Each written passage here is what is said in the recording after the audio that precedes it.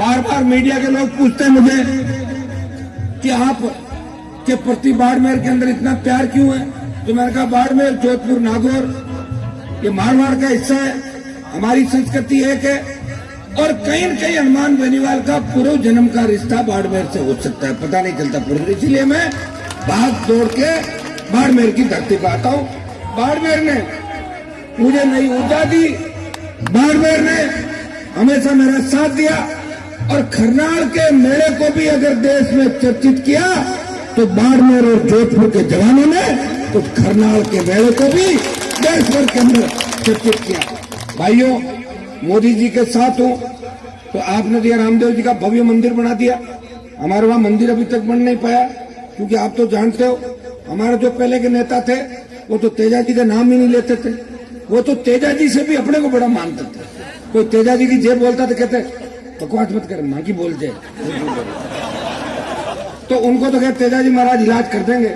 लेकिन मैं आपको इतना विश्वास दिलाता हूं, मैंने प्रधानमंत्री जी से व्यक्तिगत बात भी की है, वीर तेजा जी महाराज के खरनाल का हमारा जो मंदिर है उसको राष्ट्रीय स्मारक घोषित करवाना है।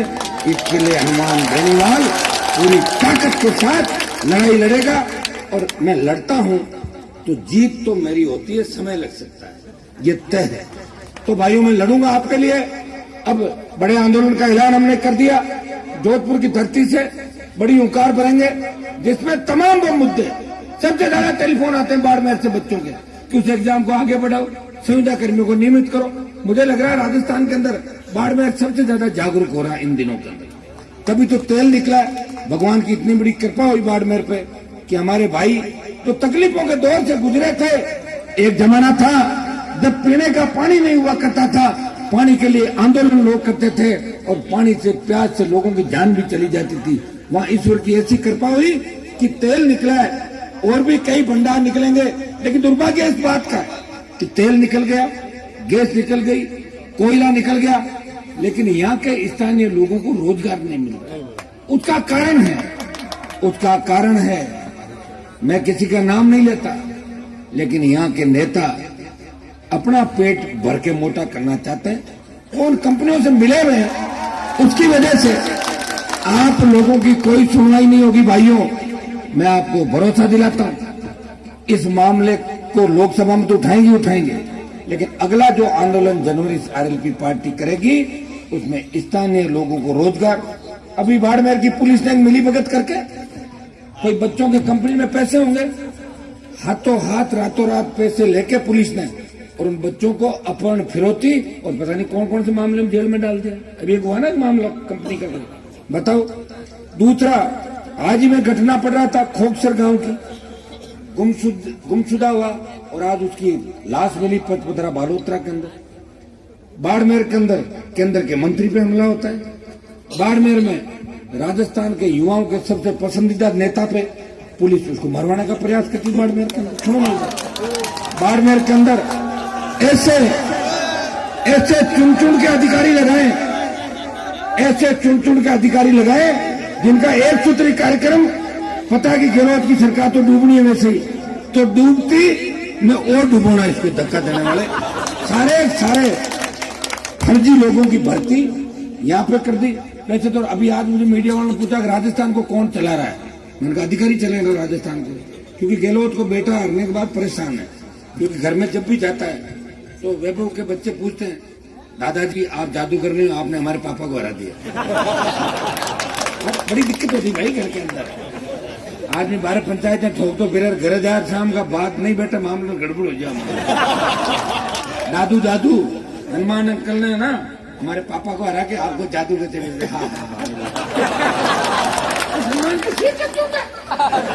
हनुमान को ठीक करेगा कि नहीं करेगा, लेकिन मैं गहलोत को ठीक कर दूंगा।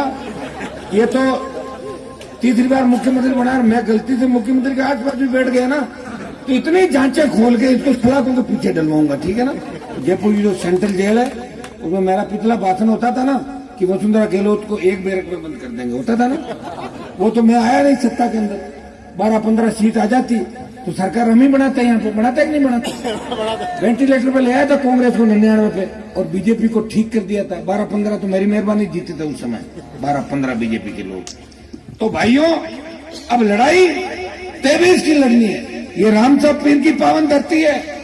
यहाँ राजनीतिक बात करना इसलिए जरूरी है कि आज रामसा पीर ने भी छुआछूत के खिलाफ आंदोलन करके अपने ही समाज के ठेकेदारों के खिलाफ बिगुल बजाया था 500 साल पहले, और अपने ही लोगों को अपना दुश्मन बना लिया था, गरीबों के लिए लड़ते हुए। इसलिए 36 कौम इनका जयकारा लगाती है, और शेड्यूल कास्ट के मेघवाल समाज के लोग सबसे ज्यादा इनकी पूजा करते हैं। रामसा पीर की जन्मस्थली पे हनुमान खड़ा हो और अगर वो वीरता की बात नहीं करे तो इसका मतलब पर्चा नहीं है, तो आते ही अपना आप ही वीरता आ जाती है। जिस तरह तेजा जी की धरती हो, रामसा पीर की धरती हो। तो भाइयों मैं यहाँ राजनीतिक बात नहीं करके इतना ही आह्वान करता हूँ कि मैं कोई अगर मैं बात तुझे फार्म भर देता फिर हरीश जी कहाँ हो जाते, तीसरे नंबर पर जाते। मैंने तो उनकी कितनी बड़ी मदद की, मेरी मदद की वजह से तो मंत्री बैठे हूँ। तो मैंने राम जी हमें 6 महीने पहले मिल जाते तो 6 महीने पहले इनको घुमा करते तो ये भी जीत जाते, लेकिन एकदम से फिर भी आपने बड़ी हिम्मत हौसला रखा।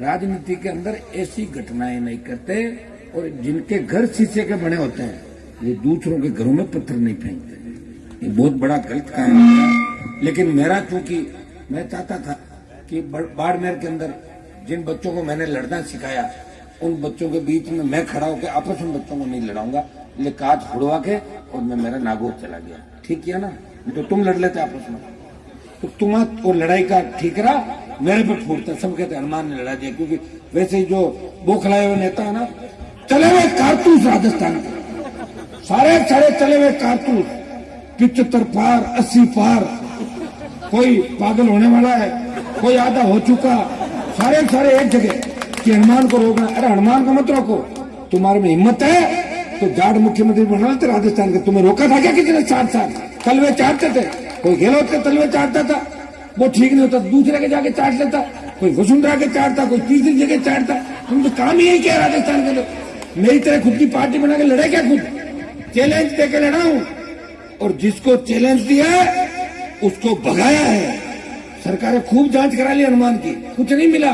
15 रुपए मिले थे बैंक के खाते के अंदर, 15 रुपए के अंदर सजा नहीं होती। इसलिए भाइयों सरकारों से लड़ रहा हूं, और इसलिए प्रधानमंत्री जी मुझे पसंद करते हैं। ये भी तकलीफ है लोगों को कि मोदी जी हनुमान से बार बार क्यों मिलते हैं। तो बढ़िया ना, मोदी जी मिलेंगे तो कुछ न कुछ ले पड़ूंगा राजस्थान के, कोई बड़ा धमाका करेंगे। अब देखो ट्रेन का मेरा टाइम भी हो रहा है, और मेरा मन तो और ज्यादा लंबा थोड़ा भाषण देने का है, क्योंकि बाहर में सुनो मेरी बात, मुझे सुबह लोकसभा में जाना है। लोकसभा में तो मुझे देखोगे ना आप, फिर कौन सा मुद्दा आ जाए, कब आ जाए। भाइयों ये बाड़मेर वीरों की धरती है, यहाँ कई शहीद हुए हमारे, चाहे कारगिल की लड़ाई हो चाहे दूसरी लड़ाई हो, और हर जगह शहीदों की प्रतिमाएं जगह जगह गांव के अंदर दिखाई दे रही है। ये वीर भूमि है। अभी हमारे बाछड़ाओं के शहीद पीराराम जी थोरी, जिन्होंने भारत माता के लड़ते हुए अपने प्राण न्यौछावर कर दिए। आज मेरा जाने का कार्यक्रम था, लेकिन कार्यक्रम वहां बन नहीं पाता, इसलिए अगला दौरा बाड़मेर के अंदर सड़क मार्ग से वाया बायतू के अंदर से फिर बाछड़ाऊ जाऊंगा, फिर जालोर जाऊंगा, फिर मैं पाली का दौरा करूंगा। पंचायत चुनाव आ गए ना, तो पंचायत चुनाव लड़ने है कि नहीं लड़ने है? और अगर कोई गठबंधन में होता हो तो कर लें क्या? मान लो बेरड साहब वाली पार्टी को तैयार हो जाए तो कर लेना गठबंधन, और नहीं हो तो मतलब पंचायत चुनाव तो लड़ना ही तय है ना। देखो तुम लोग तैयार हो, मैं तो तैयार ही रहता हूँ ऑल टाइम, लेकिन एक काम करना कि खुद ही कैंडिडेट होकर एक एक गांव में 5-5 खड़े मत हो जाना, नहीं तो 23 का मिशन पूरा नहीं होगा। इस चीज का ध्यान रखना, तो 4 दुश्मन हो जाओगे मेरे, एक साथ रह जाएगा सारा। अगर पंचायत चुनाव का ऐलान हो जाए उसके बाद आपस में बातचीत करके, अभी एक बहुत बड़ी डिमांड बार बार आ रही है, अब तुम मेरी मजबूरियां नहीं समझते, तुम हर आज तो हनुमान जी अभी तक कार्यकारिणी का विस्तार क्यों नहीं कर रहे? भाइयों जल्दी अगले 5-7 दिन के अंदर अपनी प्रदेश की टीम का, आरएलपी टीम का ऐलान कर देंगे, और प्रत्येक जिले के जिला अध्यक्षों की घोषणा उसी दिन एक साथ ही कर देंगे सारी राजस्थान के अंदर, और वो फिर अपने आप आपसे बातचीत भी करेंगे, सबको मना के। कोई पंचायत समिति में शेड नहीं हो रहा तो जिला परिषद में करेंगे, वहां कोई सरपंच जाएगा। इस तरह आपको भी तैयार रहना है, नहीं तो फिर पंचायत चुनाव नहीं लड़ाऊंगा मैं, क्योंकि मैं छात्र संघों के चुनाव इसलिए नहीं लड़ाता क्योंकि सारे छात्र थे एनएसयूआई से, थे एबीपी से, थे निर्दलीय, वो हनुमान का छोटा भाई है, इसलिए मैं आरएलपी अंदर नहीं घुसा था।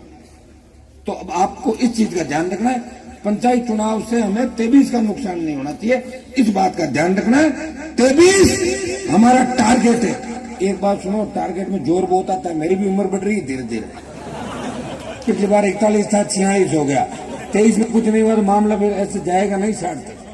इसलिए 23 में तो सत्ता को लेना ही है, चाहे कुछ भी करना पड़े। वैसे आप लोग और उदय राम जी वाले लोग अगर आ जाए राजस्थान में तो मेरे हिसाब से 120 सीट जाए, और फिर हमारे मेयर साहब बैठे, इन वाली टीम अगर आ जाए तो कहने की आवश्यकता ने बना हुआ ये मोर्चा। अब इनकी लीडरशिप ये कह सकते हैं, हमारे लोग तो तैयार है राजस्थान। मैं धन्यवाद दूंगा तमाम राजस्थान के नौजवानों का, छत्तीसगढ़ के नौजवानों का, कि आरएलपी ने 57 उम्मीदवार उतारे, प्रत्येक जाति का वोट आरएलपी को प्रत्येक इलाके के अंदर मिला, भरतपुर से लेकर बाड़मेर तक। वो तो समय कम मिला था, नहीं तो भी सत्ता का संतुलन आपके हाथ में होता। समय समय की बात है, आप सबने मुझे बुलाया, मैं ट्रस्ट को धन्यवाद दूंगा कि ऐतिहासिक कार्यक्रम आपने कराया। क्योंकि मेरी एक मिनट सब लोग बैठ रहे थे, क्योंकि मेरी ट्रेन है, एक ट्रेन को मैंने मिस कर दिया, दूसरी ट्रेन है उसमें मुझे जाना है, इसलिए मैं आप सब भाइयों से इजाजत चाहूंगा, दोबारा आपके बीच आऊंगा। नौजवानों को रोजगार और किसानों के लिए और बाड़मेर के भाइयों के लिए नया आंदोलन बनाने के अंदर चलेंगे और राजस्थान को बेरोजगार बनाएंगे। बहुत बहुत धन्यवाद। जय हिंद।